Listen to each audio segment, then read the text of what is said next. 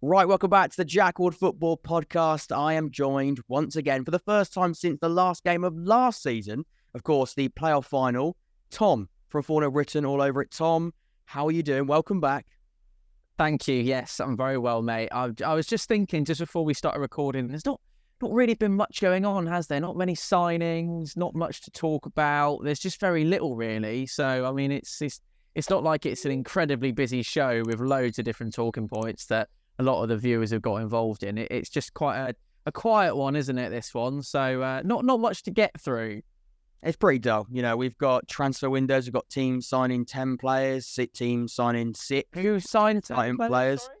So I think there's a little Portsmouth that are doing some decent stuff. We've got promotion races. We've got teams that are maybe concerning us. We've got a very hefty promotion race and some sides that maybe could be over and underachieving, could be in the outsider challenger promotion bracket to be further discussed later on. I can see you all getting really excited by that. All jokes aside, we've got so much to chat about. It's great to be back. I thought if you followed the podcast last season, me and Tom did reflections every single month, and I thought we could wait until August to do our first one, reflecting on the first month of League One. But I thought July we could do a pre-season special of our reflections, reflecting on the transfer window, reflecting on the summer. And that's the first question for you, Tom. How has the summer been? Are you excited by the new season? And I've put down here on my notes, has that increased with your recent Spanish trip? He's got a bit of a tan, I can see, over Zoom. Not really. Well, no, there's a little bit, more than I have, because I haven't been lucky enough to go to Spain with my football club. But how are you? And how was your fantastic summer away with Pompey?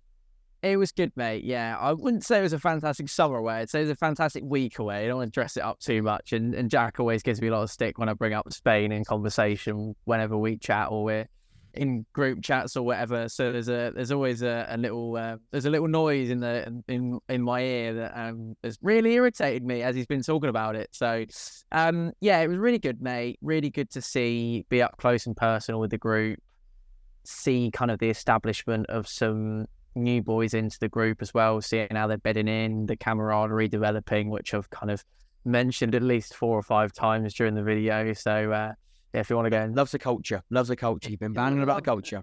Love the culture, mate. It's all about the culture. But yeah, really good. And I wouldn't say we've quite set the world alight with pre-season so far, but me and you had this conversation. That's not exactly what it's all about, really, is it? Pre-season, you just kind of minutes in legs and you're not too concerned by results. Obviously, it's nice to try and keep clean sheets and things like that, but ultimately it's a time to get fit and get ready. So yeah, and we're only really 2 or 3 games into our pre-season at the time of recording, so no issues there. I mean, we're none, by the way. We haven't actually played a pre-season game yet. No, so our first game is on next Tuesday, I want to say. We've got Tuesday and then we play on the following Friday. So I think yours is a little bit more spread out, whereas I think when ours starts, we've got about 4 games in the space of a week. So we've got quite a hectic game. I think we decided to go to Spain as well, not in the same location, went to Spain, but we didn't play any games in Spain. It was all about a training side of it. This is a bit of in-depth pre-season chat for our pre-season special. But of course, as well, a question for the comments would be, how much do you read into pre-season? Because I think we're going to speak about this. Pre-season is really interesting when we speak about the footballing side of it. But again, transfers are a big part, integrating players. And Tom makes a good point about, as much as I talk, culture is important, integrating new players into that squad, especially, you know, in your case where you're integrating 10 new players and a manager's first ever pre-season, not first ever transfer window. He had January, didn't he, Massinio? But, you know, first ever summer window. Technically, yeah, January, had a little bit of January, not very much really. So yours is slightly different, but either way, the general gist of it is, I think it's been refreshing to have football back in even its sort of minor form. Again, we're just going to be speaking about later on the season really kicking off as a recording, coming up to 3 weeks until the first ball is kicked in Sky Bet League One. Tom, the transfer window, we can't help but talk about it. On a general level, I think it's been one of the best League One transfer windows. And again, people might turn their nose up at it. I don't know if you can really. When we look at the amount of business that's been done, I've got a graphic that I'll put on the screen and we've both got in front of us here. Pompey have done 10, Stevenage 8, Port Vale 8, Burton 7, Derby 7, Leyton Orient 6, Oxford 6, Bolton 5, Wigan, Carlisle have done 5 as well, along with Bolton, Bristol Rovers 4, Charlton 4, Blackpool 4, Lincoln 4. I could go on, Peterborough done 4. Even Reading have done 1 today. So you can sort of really, really speak about the amount of signings. And I know it's not about the amount of signings, and I've given you maybe a more numerical example there. But I think it's important to speak about the quality of players that have been joining the league as well, or have been moving around the league. And I think that's really important. Tom, I think a lot of clubs have had an encouraging window. Would you agree with that statement of this is one of the best, if not the best windows, where you sort of go, they're having a good window, they're having an even better window. God, watch out for them. They're bringing in some decent players. It feels like that every time you scroll through Twitter right now. Yeah, it's certainly been a really impressive one. I think I'd probably take Stevenage as a really good example. You kind of think, oh, crikey, they're starting to build a bit of a squad, aren't they? And then all of a sudden, there's a couple of new ones after even just a day or two of your last checking of what they were doing. So Stevenage are a great example. You've read out the list there. You're quite right, though. It's quality over quantity is really important, and to the extent at which you kind of balance that out in terms of transfer windows is also very important. You could say Pompey have signed 10 players. I'd probably argue it might not be the best window in League One in terms of the actual quality that's coming through the door, but it is sort of a couple more than other teams have brought in. It was necessary. I think what I've been really pleased with is, obviously, you're kind of looking at it and you're thinking, if you're a League One fan, or if you're a fan of, and if you detach yourself from your football club, which some of us find more difficult to do than others, I'm always envious of how you manage to do it, and you just pull yourself away from, take your Oxford hat on and just chat away. Last season it was more easy, I think. Last season was much easier to stay away from your football club. Yeah, I suppose, but it's kind of it's difficult to take away your vested interest. But when you do that, and you look at it as a whole, I think it's a really exciting time for League One, and I think it probably demonstrates the kind of the real way that these clubs have bought into this League One season. And actually, there's probably 5 or 6 that are looking at this, go, right, we're going to get out of this league this year, and this is how we're going to do it. We're going to have a positive transfer window. I'm delighted to say that Pompey are very much one of those clubs for me right now in this moment in time that have looked to have been one of the most proactive clubs in League One. Very bizarre for me to say that, because it doesn't always happen that way. It never happens that way. We are always kind of at the back of the pack when it comes to transfer windows, when it comes to teams that people are looking at, oh, they're doing really well at the moment. That's never been us, and it is us now, which is really bizarre, having the limelight on you again. But I think Derby have very much done the same. We're very impressed with Oxford's business. We chatted about Burton off camera, and then I mentioned Stevenage there. So, yeah, in a nutshell, it's an exciting time for League One, and lots of encouraging signs up and down the division, mate, for definite. Yeah, I should have mentioned at the start as well. We are going to be integrating viewer questions as well for the first time on our reflections. So our viewer question for this one, and leading on from that, and I've actually put here, we look at Ipswich, Plymouth and Sheffield Wednesday leaving the league. I think a big reason maybe why clubs are being a little bit more aggressive in the window is because they feel they can really give it a go. When you look at the bunch of teams, you sort of go, and I've written down here, the predictions that will be coming out on our separate channels. I'm doing mine in about a week's time of seeing this. Tom maybe a little bit later, but we will do them, and you're having to think about them now, and even that's really difficult because you look at the amount of teams changing all the time, aren't they? Yeah, they are ever changing. We'll come on to the Barnsley situation in a couple of minutes time, and that completely shifts so much of the promotion race without spoiling too much of it. But the gist of it is, maybe the reason why it's been so open is because a lot of clubs are going, maybe speaking to their sort of board and their directors, thinking, right, maybe we could push a little bit more cash this season, because that could be a chance to really go for it when you look at the amount of clubs that also might be going for it. And maybe that might have a counteract to it, because there's so many teams going for it. Could that go the other way? So much to really think about, and we'll learn more, of course, as the season progresses. But the first integrated viewer question is, has League One become more competitive? And I've sort of answered it there in some way. I think it has. There are more teams going for those high positions, and there's always more teams that potentially could get relegated. And that's just what this league is going to bring, we believe. And again, it's all a prediction, and it's all up in the air, of course, until the first ball is kicked and the end of the season occurs. But what do you see this, Tom, with that element of sort of real competitivity? That is a word, by the way. That is a word. It is, yeah. And I was very rightly put back in my place on that one, because I thought that was absolutely not a word. Brilliant superlatives to be able to add to your arsenal. Yes, League One has become more competitive.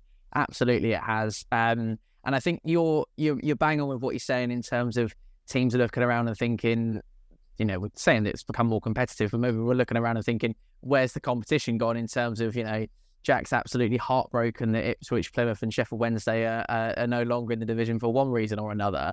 And I'm also, my point of view would, to build on what you're saying in terms of clubs looking and thinking, right, we could do this season, is you look how long Pompey have been in the division. Derby missed out very, very narrowly on the playoffs last season.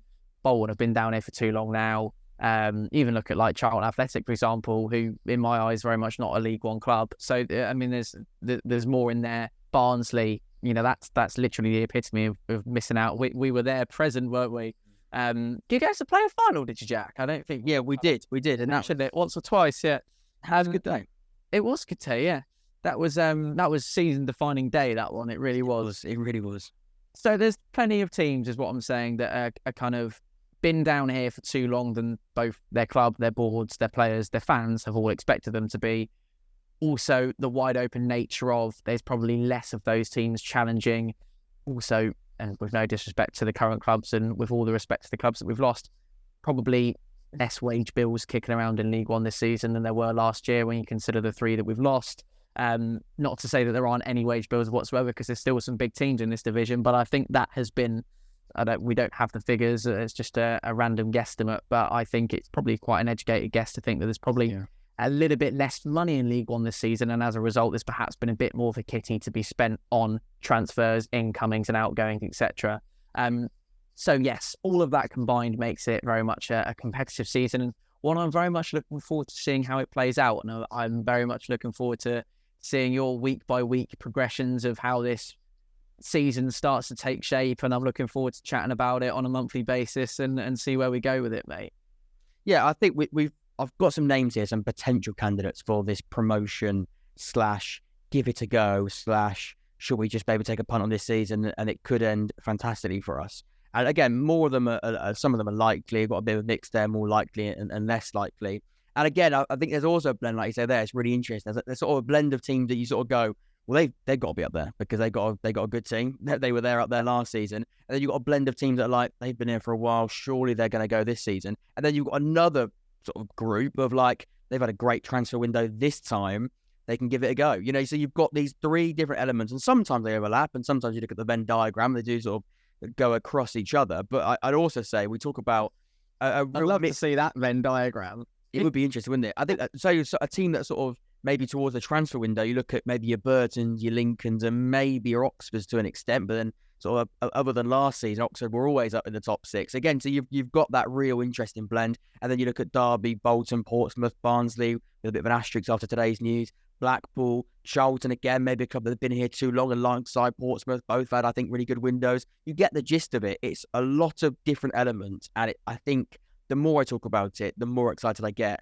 And as an Oxford fan, I feel like we'll come on to an in-depth Oxford chat, or a slightly more in-depth Oxford chat in just a second. But there's a feel of optimism, not just with me, I think with Tom, but also I think with a lot of people watching right now, all the other clubs, there's a sense of like, we could give it a go. Let's stay a little bit quieter than we normally do, but let's just believe in what we're trying to do right now. And I think that's all pulling in the right direction. A lot of clubs are doing that.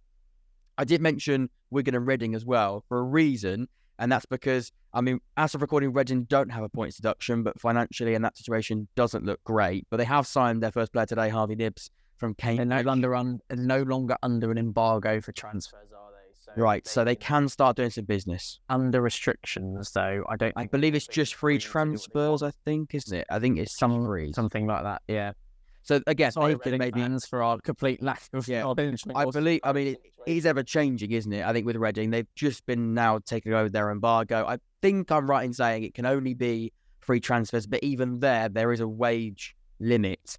I think they can. It's not great then.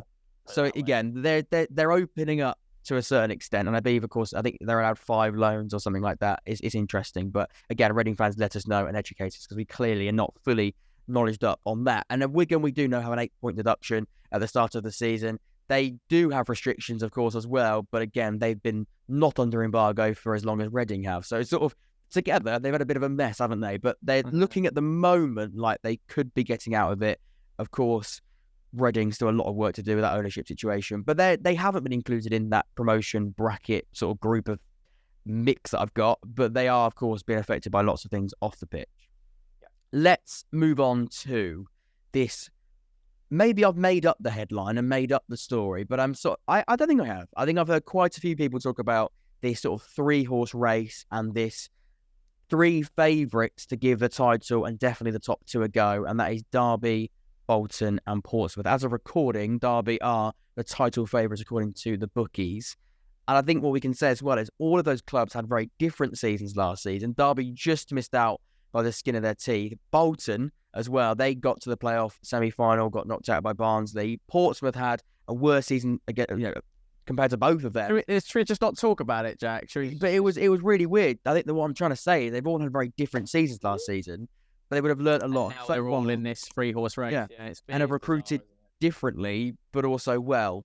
Tom, sort of far us away with Derby, because they have done some really good business. Paul Warne, you said on multiple occasions last season, you were sort of really excited by that appointment and could be a really good one for Derby. What have you made of Derby so far this summer? Because they aren't just going to be the bookies' favourites for no reason. They must have done something, and we can say they have done quite a lot over the summer window.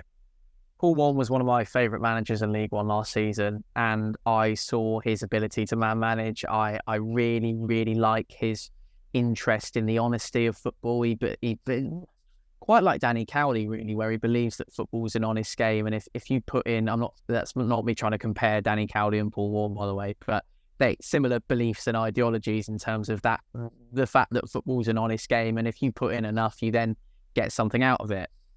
I've then realised that he's actually a really shrewd manager in terms of transfers as well. And you've got that list of names there: Sonny Bradley, Joe Ward, Curtis Nelson, Callum Elder, Josh Vickers, Connor Washington, and then probably the standout one for me is Kane Wilson. And that's literally, I mean, that, I don't know if we can, because it might be copyrighted by Derby County, but that clip of Paul Warne when they're in Spain on their training camp and Kane Wilson turns the corner and Paul Warne just goes, "Woo!" when he sees him. Probably just got up from his sound lounger in the afternoon and just enjoying some sun. But he was really excited. I think he's more than welcome to be excited by that, because it is the signing of the summer in League One. That one, he's got this kind of unpredictability about him. And I think the benefit of Rob Edwards' guidance is going to really show at Derby for him. I think he's actually got it in him to do incredibly well this year with Derby. He's going to a place that has, and as I'm sure you're about to mention, kind of these, not, I don't want to say veterans because that makes them sound old, but I'm sure you know what I'm trying to say, like these experienced heads in League One. And Paul Warne's made it very clear that he's not after kind of 19-year-old wonder kids. He's after the boys that have been around the block, know what they're doing and know how to win promotion. And I think that's a transfer strategy that's great, and I'm sure he'll see a lot of success from that. It's not the only transfer strategy that I think you can get success from this level out of, but it probably is the one that is the most bankable. And I think that's the way that he's going about these things, that he's going about things this season. I really think it's going to be difficult for anyone to deny that Derby County will probably more than likely run away with it this season. And that's an incredibly early shout. And that's not me going, give them the title now, as a once wise old fellow said that.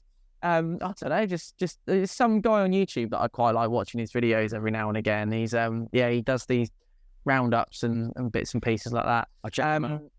Yeah, I think you should, yeah. But yeah, I don't know if there's anything more to add on Derby County. I think that's a pretty good kind of baseline of, obviously I'm not a Derby County fan, but that's how I see it from the outside looking in, definite. I think it's that level of proven League One football league professionals, isn't it? You talk about people like Sonny Bradley, Joe Ward had done it for Peterborough. Curtis Nelson got promoted and has played Championship football quite a lot. Callum Elder got promoted with Hull a couple of seasons ago. Connor Washington was at Rotherham, of course, when Paul Warne was there as well. And we can sort of see this. You can always see the Rotherham robust, sort of real mentality, extremely tough individuals that are really coming through. And I think that's what Derby are trying to build. And similar, actually, in some ways to what Sheffield Wednesday built last season in their window, where they went down that sort of more experienced route, the likes of Michael Smith, ironically, from Paul Warne's Rotherham, who else joined, what's his name, Will Volks joined from Cardiff, I want to say. So these are sort of these more experienced EFL professionals that joined the football club. I tried to give more examples, but Sheffield Wednesday, I'm sorry, but I haven't had to look at you for about a month or two, so I completely forgot who's in your squad. Kind of Patterson's an example, wasn't there this summer, but again, he's that experienced Football League player. Marvin Johnson, they're coming now, aren't they? These players that again have played at a high level and in the Football League and are now being integrated into a squad that, of course, in their case, got promoted. I think similarities there with Derby. Of course, recently they did lose Knight to Bristol City, who are building a fantastic club team in the Championship, and Knight's going to go a long way to do that. That is a big blow, but like you say, you brought in those players that I think can, again, not directly replace Josh Knight. He's a very different player, but we look at those players that have come in. There's a real sense of, I think, depth and quality and depth across that team. Moving to Bolton, which, as you can see, we're going through the clubs here. Derby, Bolton and Portsmouth are my and our / the bookie / the general perceptions sort of top three right now, looking at things. Bolton, again, another viewer question is from Harrison Daniel. He says, how do you think Bolton will do during this upcoming season? And I think, without giving direct predictions, because that will come out on our separate videos, I think this is another example where they've clearly identified areas in which they need to strengthen. A goalkeeper after James Trafford left the club and went back to Man City. Now looks like to go to Burnley after a fantastic World Cup. Was it World Cup? Sorry, Euros, wasn't it? It was Euros with the England under 21s again. So we're looking at, again, bringing in a new goalkeeper. They've done that with Baxter. The hero of the Euros, by the way. Just exactly, yeah. What a goalkeeper he was, and proven that League One players now can step up 2 levels, going to Burnley, of course, down the Premier League. And Dulu joined a permanent deal, addressing the right wing back, centre back situation. I think they've all been done, and I think you look at now that squad, they've added players where they needed to strengthen, and we expect more as well. And then Tom, Portsmouth, also with Bolton as well, I'd say they would have learned a lot with that playoff semi-final defeat at Barnsley and across the season as well. They didn't score enough goals across the campaign. I think we saw that maybe in the game against Barnsley of the 2 legs. They just weren't quite as prolific. And I think they would have really, really... they're going to give it a go, again, as we expect them to. And so far, their business has been good. Tom, with Portsmouth, I'm going to let you go here, let you free and far away. You know more about it than anybody does, or certainly me. With Portsmouth, they've signed 10 new players, and it is a must-needed rebuild. And we spoke about, believe it or not, we do speak off Zoom, but we spoke about how we do. And in that, we did speak about the fact that you were most impressed by the speed and the earliness of the transfers. And we obviously, we'll try not to speak about it for an hour, but Pompey, they have signed 10 new players. We spoke about it at the start. It's promising, isn't it? It's encouraging. Yeah, we could go on and on about this, and I'll try and keep my analysis and thoughts as kind of concise and to the point as possible. I was very impressed with the speed, the ferocity of the signings, the actual closed book nature of it all as well. Under previous regimes, it was kind of the worst kept secret. There was obviously some kind of leak there under the Cowleys where, and we almost lost out on a number of occasions. I think back to Colby Bishop and Joe Morrell, where that looked like that was being hijacked and then it didn't. The club have obviously, I don't know whether it's the club directly or the kind of the incoming Richard Hughes, John Messino, the rest of the recruitment team have gone, right, let's keep hush-hush about this. Let's not let anything get out. We don't want anything in the public domain. Let's just go about our business quietly and build a squad to compete. I think ultimately that's all been achieved, albeit there's still maybe a couple of extra little bits and pieces in there that we're still not quite there on. I think the one position for me would be that attacking midfield role, that there's still a number 8 or 10 shirt to be filled for me, whether that's Tommy Lee or someone else, similar profile. Bradley Dack was a name that was thrown around yesterday with very little attached to it, which I thought was rather bizarre. But there we go. That might turn out to be along the lines of the truth, or it might be completely wrong. The 10, obviously, they're not complete out and out starting 11. Get them on first names on the team sheet. We've had this conversation before. I think you're probably looking at maybe 4 or 5 that are first team starters. I would say Gavin White, Anthony Scully, obviously Will Norris in goal, Super Will Norris in goal, that is. And then, of course, Regan Poole from Lincoln. Those would be 4 that I think will slot right into that starting 11. And then the extent to which Sparks will be involved. Devlin, I hope, is a kid that we take a punt on. And for legal reasons, I said the word punt then. And try and give him as many minutes as we possibly can. So I think that's really important in what is a real clustered midfield group at the minute at Pompey. There's other utility players that have come in. Connor Shaughnessy's, I think, is a really good signing.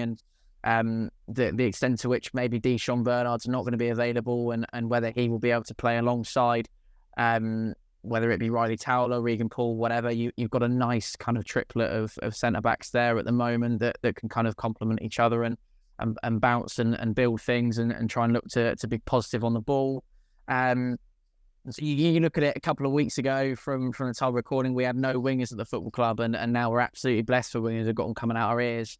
And then the last one, really, I think, unless I've missed one, is Cassini Yengi from Australia, which just offers a completely different dimension to what we've got going on. I think, and I said this on a Sunday Live a couple of weeks ago, I think it was Jake that I said it to, actually, was, I don't think it was actually Jake, but Jake was on there at the time. We were saying you can profile Anthony Scully, you can look at Gavin White's record in English football. You can do that to an extent with Cassini Yengi, but it's much more difficult to build up a proper picture of a player that comes all the way from Australia. You can look at clips, of course, but there won't be anyone that's kind of played alongside him, or there won't be any scouts from opposition clubs that have been out and seen him play, because there won't be. So there's only a certain extent to which you can see that. But yeah, no, I think overall I'm really pleased. I think actually the last thing I'll say on it is the other night, which is Monday night now. When's this going out, Jack? Saturday, hopefully. Okay, so it's almost a week ago now, but when the Regan Paul news came out, that was probably the moment for me where I thought, this and me, squad and this and you. I haven't even said it yet. No, I know what you're going to say, because you put it in the group chat, and I'll say it. I saw that news and I just thought, I put on Twitter, if Pompey don't get promoted, a part of me was, it was a little bit of seeing the breaking news, and I almost do stand by it now. You weren't very happy, were you? I just saw it. You weren't happy at all. Oh, well, I wasn't the most unhappy in that group chat, because we, of course, had Jake in there who's a Lincoln fan. But we sort of were like, how have Pompey pulled this off? And I did say the tweet that actually did quite well with Portsmouth fans was, I didn't know how they were going to take it, but they took it quite well. If Pompey don't get promoted this season, they should automatically be relegated. So that is just how I felt about that. I wasn't going to say we should be automatically relegated, but what I was going to say, and you'll probably know what I'm about to say, and I'm probably going to be less, the Blues are going up sort of thing, like I was in the group chat. Is it an 8 or a 9 out of 10 as a window? I think it's definitely. I think I've got an 8 right now. So this is a question I haven't asked Tom yet, and I want sort of to ask him for the first time on camera, and I didn't put it in the running order for a reason. And that question is transition season ? And what I mean by that is, I'm trying to word it in the right way. In other occasions where a club, and it's quite rare, sign 10 players plus, and we expect maybe some more, like you say there, during this window for Pompey. If more signings do come in, you're looking at 10 plus additions to a squad for the first time this manager has ever had a pre-season, going into his first ever full season as a manager. Is a transition season not allowed? Because, and again, comes down to expectation. It's almost the same question. What is the expectation? Where do you draw the line here? Because people will say, and I'll probably be a little bit, and it's easy for me because I'm completely external to this, and I'm a neutral on the situation. And that is, if Pompey don't do it, or finish like, maybe even if they come in the playoffs, but maybe lose the playoffs, for example, that's purely an example.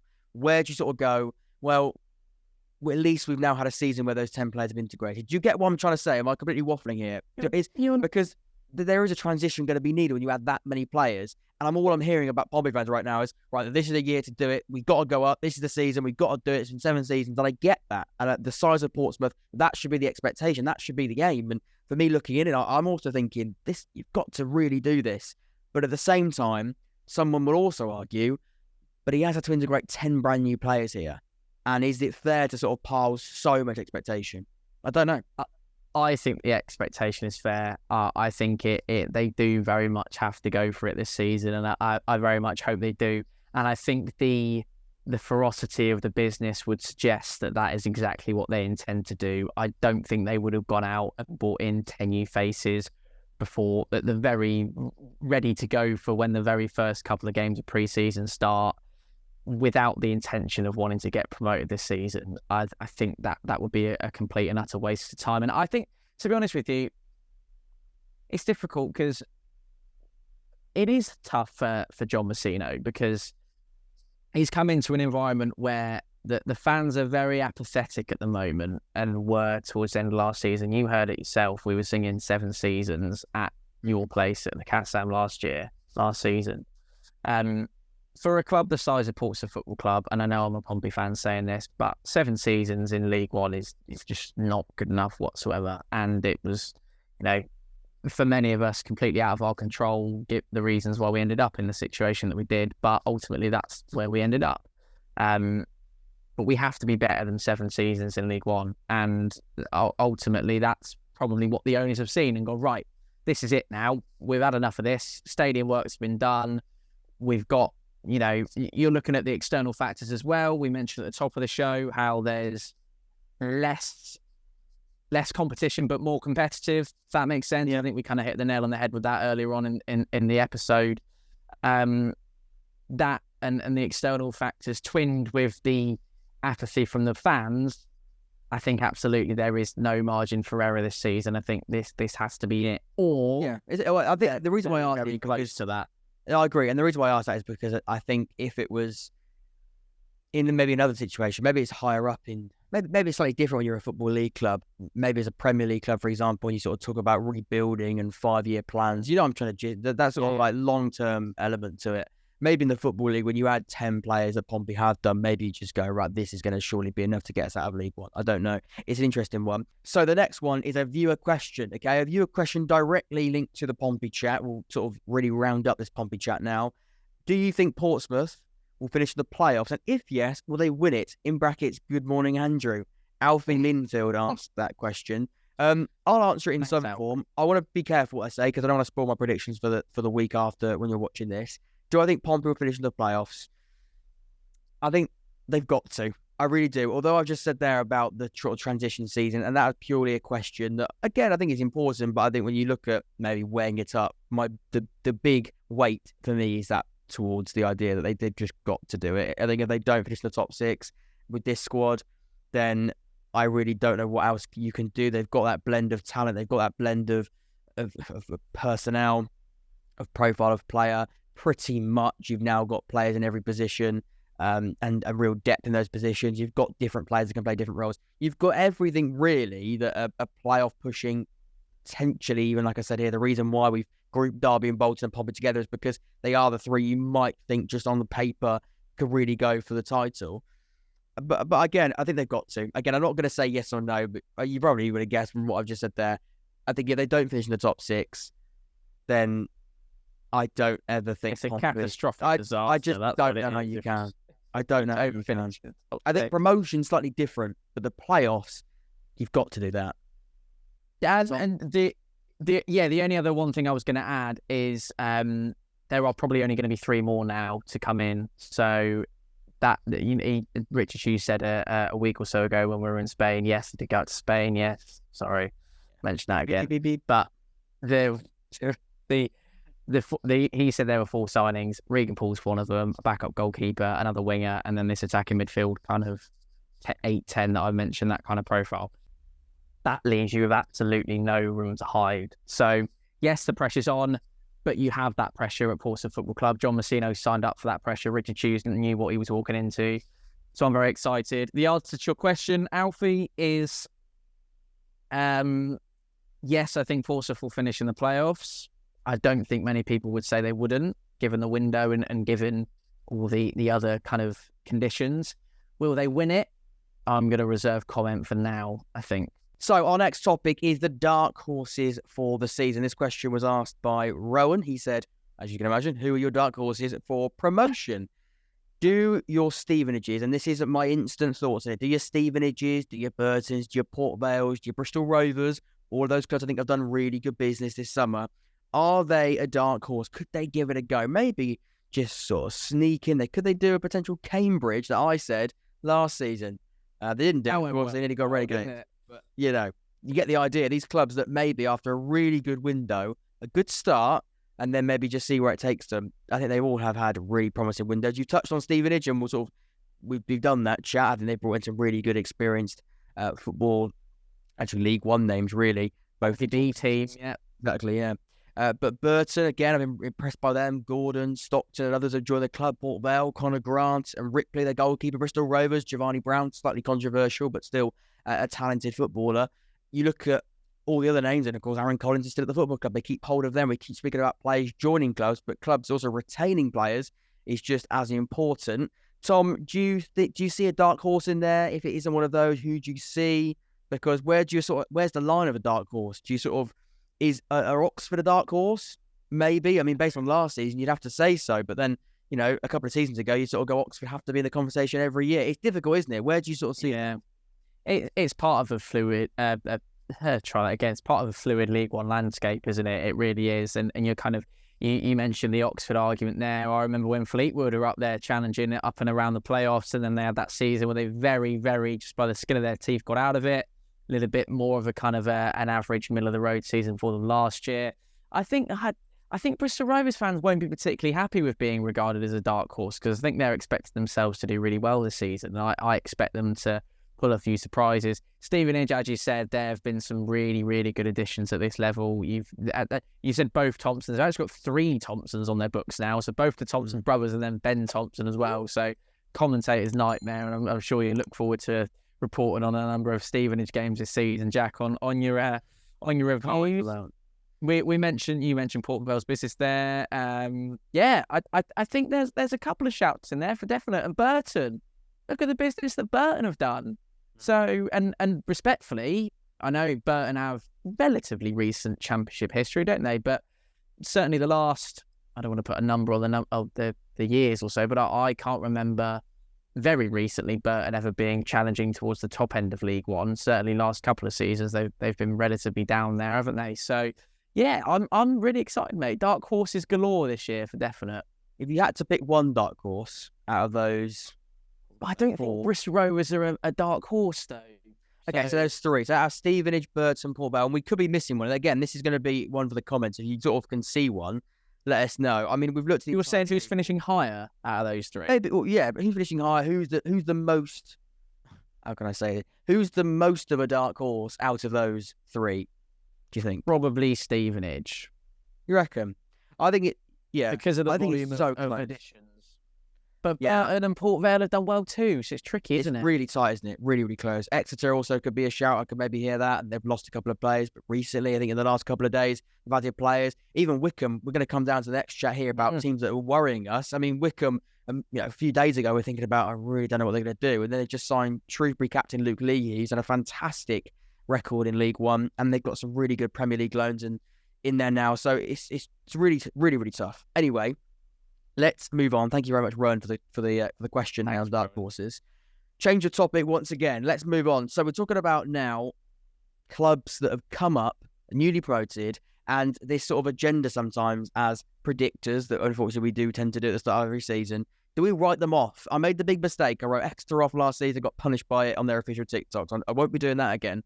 I think I had Port Vale to go down, and I think I had Forest to stay up. So I did very badly when it comes to predicting newly promoted teams last season. But this season, Leyton Orient have done some really good business. Dan Adjei, linked to Portsmouth, of course, a really good signing. I think we had him at Oxford, and we always knew he was a good player, but the output wasn't there. Last season for Crewe, the output was certainly there. Carlisle picked up some good names.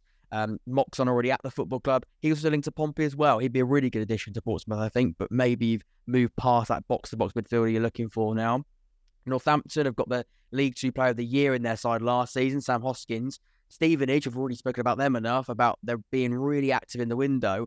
Tom, I've listed those all of the 4 teams that got promoted there, all with a reason to say that they could give it a go as well. I mean, can every team give it a go? Is that what we're getting at here? Because I don't know where we're standing with these new sides.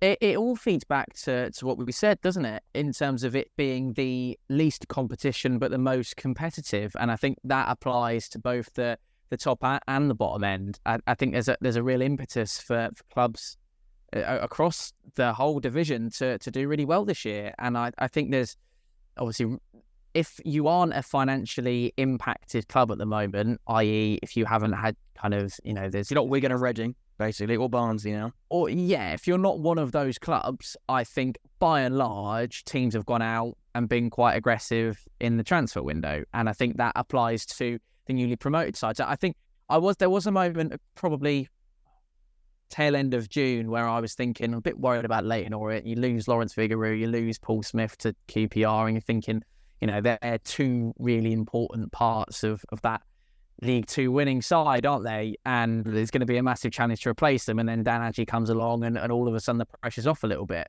I feel the same if Sam Hoskins is sticking around, which it sounds like he probably is for Northampton. I got into a little bit of trouble a couple of weeks ago writing Carlisle off. I didn't write them off because I made it very clear that it was my very early League One predictions. But they've picked up, as you say, some good signings to add to what is an already decent squad at this level. And then we mentioned Stevenage a few minutes ago, didn't we? So yeah, I'm very, very interested to see how the teams that are coming up do. It wouldn't surprise me if none of them go down, but it also wouldn't surprise me if they end up struggling a little bit. And that's a really good point. The difficulty adapting. Because I'm thinking about my predictions as well. And it's important to say we sort of highlighted a real positive element on every... I mean, we are going to come on to maybe a slight worry later on with a few clubs, but pretty much by and large so far, we've spoken about how every club could give it a go. Like I said there, Carlisle could have, what we just say there, a really positive window, but because there is so much sort of competitivity, I use the word again, they can still get relegated. And the same with Stevenage, slightly less so I'd say with them, but Northampton could easily do it again. And sorry to say it, later on have done some really good business, but they could be dragged into it because there's so many clubs in that mid-table and in that bottom four that, you know, just could be dragged either way. I think it's really interesting. So yeah, they've done fantastic stuff, but so quickly we know how difficult League One can be. I want to speak about this introducing the outside promotion challenges bracket. It's got a ring to it. I can tell it's going to stick. Including Jack's way of segueing Oxford United into the conversation. Can we speak about Oxford for a couple of minutes? Oxford, Charlton, Peterborough, Blackpool, Barnsley with an asterisk. We'll come on to them slightly later. Lincoln as well going in there. You could even add the likes of Burton, Stevenage, but this is the bracket here. This is the outside promotion challenges bracket. I'll say it again. Now, Tom, would you agree with that selection at first glance? Just a simple, well, you go more than a yes or no, but you look at that bracket and you go, is that a fair selection of teams? I know how desperate you are to talk about Oxford United, so I'm going to let you talk about Oxford United. Go on. Tell us about Oxford United's summer, Jack. I can speak about it with a smile on my face. No, I think all jokes aside, it's been a really encouraging window. I think it's been refreshing. It's been promising. And we can speak about Oxford in a positive light. And the entirety of last season, we couldn't do it. And it's amazing how, well, we could do it in bits and pieces last season, but on the whole, not at all. Just amazing how a window can change your perception, isn't it? How a window can change the perception, or even just the summer can change your perception on your football club. And we speak about Oxford now in a much more happier light. You know, you speak about Oxford last season to everybody else, they all go, that's terrible. They're awful. They're not doing very well. And then now you speak about Oxford and they're like, you've done some good bits, haven't you? You know, Ruben Rodrigues is a fantastic addition. Thornley and you signed Ruben Rodrigues, have you? We have. I'm not going to mention it at all. But again, we're just thinking positively about the club. And I said it in the video I did. Definitely go and check it out, by the way, recently. One to watch. Oxford, these players could easily fail. But the fact that we've added them and it's just putting a smile on my face, I just want to believe. I think that's where we're at right now. Just the optimism is there, and that's how we want to feel. So the viewer questions, I go with this, as you can tell by the smile on my face. It's not the first time I've tried this segment. God. Sylvian is how you pronounce the name. We think. Please let us know. We're so sorry if we butchered it. Sorry, first question. What are your Oxford United predictions? And my predictions are better than last season. That's sort of my really brief one. And just give it a go. Just be up there. Be better on the eye. Enjoy it. I think play with more freedom. Score more goals would be nice. And like I said, just be more competitive in those games. I think last season we were bullied home and away on so many occasions. We didn't ever look like competing. We were sort of really brushed aside by teams. And then in the really nitty-gritty games, we just lost every 50-50 it felt, and we just lost those individual and team battles. It just was a diabolical season, and somehow we stayed up. I'm not sure how on 22 games without a win you can stay up, but we managed it. But there we go. That's my answer to that question. Tom, we're going to whiz through this because I didn't realise how long this running order is, but I think it's important to touch on Charlton, who have impressed us with their profile of signings. Dabo, Alfie May's proven, Lloyd Jones, Harry Isted had a fantastic time at the Wembley, wasn't it? When we watched there, Isted was fantastic for Barnsley, and he's gone to Charlton as a fantastic goalkeeper option. I think now Dean Holding's trying to build his Charlton side, still waiting on a takeover that's much needed, but I think we can see that really, I mean, a slow start, but now the business is starting to come through quite quickly and at a reasonable pace. And some good players there. Alfie May is a standout. So the viewer question for that one is going to be, who is a better signing, Alfie May or Ruben Rodrigues? Wow. Now, what I would say is two very different players. Ruben is more of an attacking midfielder and creator. Alfie May is more of a goal scorer. I'd say Alfie May is more proven, or is just proven in League One compared to Rodrigues. Hasn't played a single League One minute. Alfie May cost a fee. Ruben was free. Ruben is younger. Alfie May, of course, is 30. But again, so there's pros and cons for everything. I think on the whole, the question is difficult because they are completely different players. Who's a better signing? I mean, I'm biased. I'll tell you what. We all know what you're going to say, don't we? Well, no, I think it is Ruben. However, I think Alfie May is a quality addition because he's proven to score goals. He fought off Gillingham, who has some fantastic financial pulling power in League Two, that is. And he's also, I think, Derby sort of looking at him or interested in Alfie May. Again, you're going to always look at somebody who can guarantee you 20-plus goals in League One. So that's a really good signing. And if we could have both Oxford, I definitely would have done. I think they would together work really well. The creative ability of Rodrigues and the finishing ability of Alfie May, I think together they would be fantastic. But that's not the question. I'd say the better signing would be Rodrigues because because I like him the most out of the two.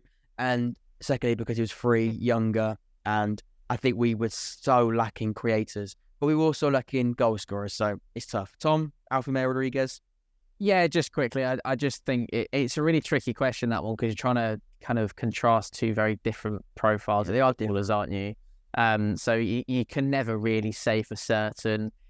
My answer would be, let's see how this season goes and see what happens. My only sticking point of Rodrigues, said it before, I'd probably edge on Alfie May's side in terms of the League One experience, the experience at this level. However, I'm incredibly excited by Ruben Rodrigues and I'm excited to see what he does for your club. Alfie May's been around the block and he's done kind of the profile that we're talking about with Paul Warne in terms of that experience. But yeah, I think to say who's the better signing is almost like saying who's the better player. I'm just trying to think of a good comparison, but it's probably... Yeah, it's like trying to compare a left back to a striker. One good striker, one left back. I mean, it's slightly different. They're both attackers, but it's really hard to compare play. Also, it matters on the team as well. If we had a 20-goal striker, but we had no creator, you say Ruben.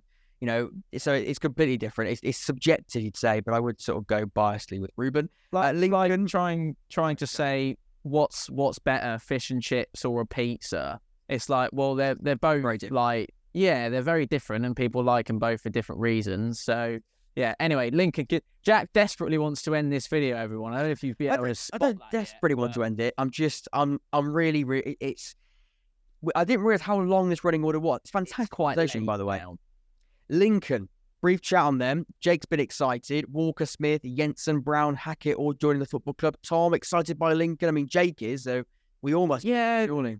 Jake's very excited by Lincoln, and I'm glad he is. I think they put it this way: it's probably their best chance to finish within the single digits of League One in quite some time. And again, we're not wanting to preempt any predictions that may come out because we want to keep that solely for your enjoyment in a couple of weeks. I err on the side of caution with Tyler Walker, and I'm very... That's because you're a Portsmouth fan and he had a bad loan spell. Careful with this opinion, because I know that it gets very hotly contested from the gentleman to my left and to the rest of the boys in that group as well. But I just, honestly, he has to be one of the worst strikers I've seen play for this club since... Someone please clip this up because he is going to score 3 goals against Pompey. Yeah, no, hilarious. But thanks very much. He will score goals against Pompey because everyone does, apart from John Marquis. But that's because he's John Marquis. There's going to be a number of players this season, Rico and Walker included, that will probably score against us, and I'm absolutely aware of that. I hope it doesn't happen, but I'm aware of that. I just think using my, narrow vision of Tyler Walker performing at my football club, he was absolutely dreadful. He really, really was. He was. And I know he's been excellent elsewhere. And it's the same thing. Rotherham fans have this opinion of George Hurst, right? I would sing George Hurst's praises to the absolute roof, and Ipswich have seen how brilliant he is. never hit it off at Rotherham, and I know Sheffield Wednesday fans don't like him either. So, this is a problem with football, is that you get these preconceived ideas from where players have gone somewhere and it hasn't worked out for them. And that's absolutely fine. There's nothing against Tyler Walker personally. This is not a personal thing. It didn't work out at Pompey. He was given plenty of opportunity for it to work out, and it didn't. And that's fine. He'll probably really succeed back at home where he belongs, got somewhere to go and play his football. That's absolutely fine. Has had previous success there in the past. Great. Pompey, I nearly said a terrible word then that I shouldn't repeat on YouTube. Shocking. Sorry. Yeah. Same letter, I believe it starts with, but yeah. Peterborough and Blackpool, we can sort of put together, actually, but we can sort of put them together slightly because they almost have a similarity that they've lost players, but I think both have replaced them really well. Peterborough lost Jack Taylor, but replaced him with Archie Collins, who's fantastic at Exeter. Blackpool lost Jerry Yates, but I think have brought in some really good midfielders, and Cole Joseph on the back of a really good season, or a fairly good season with Oxford, as good a season as you can have when you're Oxford player last season.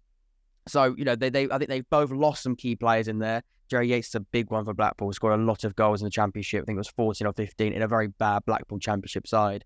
And in League One, where Blackpool have been fantastic, he also scored so many goals as well. So, disappointing, but again, it's hard. There was always going to be Championship interest there, and he did in the end move on. And with Peterborough as well, keeping on of Jack Taylor when they didn't get promoted was always going to be a massive challenge. But with Archie Collins coming through the door, I think you can say that they're both going to be competing again. Right, so the final section is, final, Barnsley situation. We have got to touch on that. Breaking news, last-minute addition to the running order. Barnsley missing out on promotion in the last minute of extra time. We were there, of course. Michael Duff, losing him. Did you go? We did go there. We did. We were there. Losing Anderson, a really dodgy home kit. Sorry, I had to put it in there. It's dodgy. It's a dodgy home kit, Barnsley. I know that's probably the least of your problems right now, but it's a bad home kit. And a now serious amount of EFL breaches being put against them. It's not looking good, is it? Especially Michael Duff, Anderson, and now those. I mean, Michael Duff right now must be thinking, thank God. Yeah, what's happened there? Things don't look great. I spoke to our mate Taylor, and he's not a happy man at all. He's really worried, and I think I am as well, to be honest with you. I mean, we should be very careful here because it's, as Jack just said there, it is breaking news. We don't know the extent of whether there's going to be charges. We don't know if there's actually even going to be charges full stop. We don't know if there's going to be a points deduction. We don't know. It's kind of the first initial statement from the EFL that Barnsley, I think they're conducting their own review and they've got a couple of weeks to answer charges, all that kind of thing. So it's all the kind of the usual woolly EFL initial statement that says that a club's basically in trouble. Not quite as serious a situation as Reading and Wigan have been through in the recent past. I don't think it's quite to that extent. I don't know. Don't work for the EFL, but it sounds like it's something to be investigated rather than something that is in the immediate present a real concern. Also, just before we move on, Peterborough have some kind of suspended points deduction coming up, don't they? Is that going to take place this season? Do we know? Yeah, that was it was suspended, wasn't it? I believe, I want to say the turn of the year. So I think there was still a little way away from that. Keep that at the back of your mind, because that will come and bite them up the proverbial backside at some point. But yeah, but the Barnsley situation is very fluid. Everything's kind of moving at pace at the minute. So I suppose it's just one to reassess in maybe a couple of weeks or months' time, but one that I'm sure we'll keep an eye on here on this series, Jack, for definite. So the final, or the penultimate discussion, because we're going to do some last-minute viewer questions at the end, is the worries of the season. We spoke about Barnsley being a late arrival to that group, but I'd say Shrewsbury have had a difficult summer as well. Manager Jay Tom's laughing. This is not the first time we recorded this section, because I tried to pronounce a Shrewsbury signing. So who have they signed today? So who have they done? Who have they signed? I've just seen... Please put the graphic up on. Which graphic? Which graphic's that? Oh. He can't himself. People don't understand how it's getting late at night. I haven't eaten dinner yet, and now he's laughing. Hang on a second. Just let me explain it. You can eat in a minute. I've just seen the graphic that they announced this signing this afternoon says... The graphic says, "Welcome to Salop," and this, and Jack thought that was the geezer's surname. I thought it was Welcome Salop. No, Welcome to Salop means Welcome to Shrewsbury. I thought he said Welcome Salop. I thought I missed it. That is Tamise Sobowale, which I can see why you got yourself confused because they're not dissimilar, but. And to be fair, it is right next to his shoulder. But oh god, I don't know why that's tickled me so much. But yes, they made a signing, but Luke Lee's gone, so we're still a little bit concerned. I think is the bottom line on Shrewsbury. Similar to Wickham, really. They sort of worrying me, and now they've signed a couple of really good players on loan, and Luke Lee. So they sort of swap round there. Cambridge are a bit of a concern as well. They've lost Sam Smith, Harvey Nibb's gone to Reading. Both of them leaving were really key last season, especially Sam Smith and Reading as well, and even Wigan. But you say Reading. Sort of don't really know their issues, whereas Wigan know they've got an 8-point deduction, so they can sort of prepare for that issue. That is the end of that. Last minute, I don't know, we're probably over an hour now. Sorry, stay with us. We've got some cracking questions, like, is John Mousinho and Liam Manuel managers at McDonald's, and it was a very busy, who do you think tactically would perform better in making sure the staff remain calm and the orders were on time? That's from Little Reese. Tom, he's a quick fire. It's a simple. John Mousinho, Liam Manning, work at McDonald's, busy shift. Who does better? John Mousinho. I'll go Liam Manning. Cool. That one then. Who is one player to watch out for from every League One club? Go and watch the bloody video.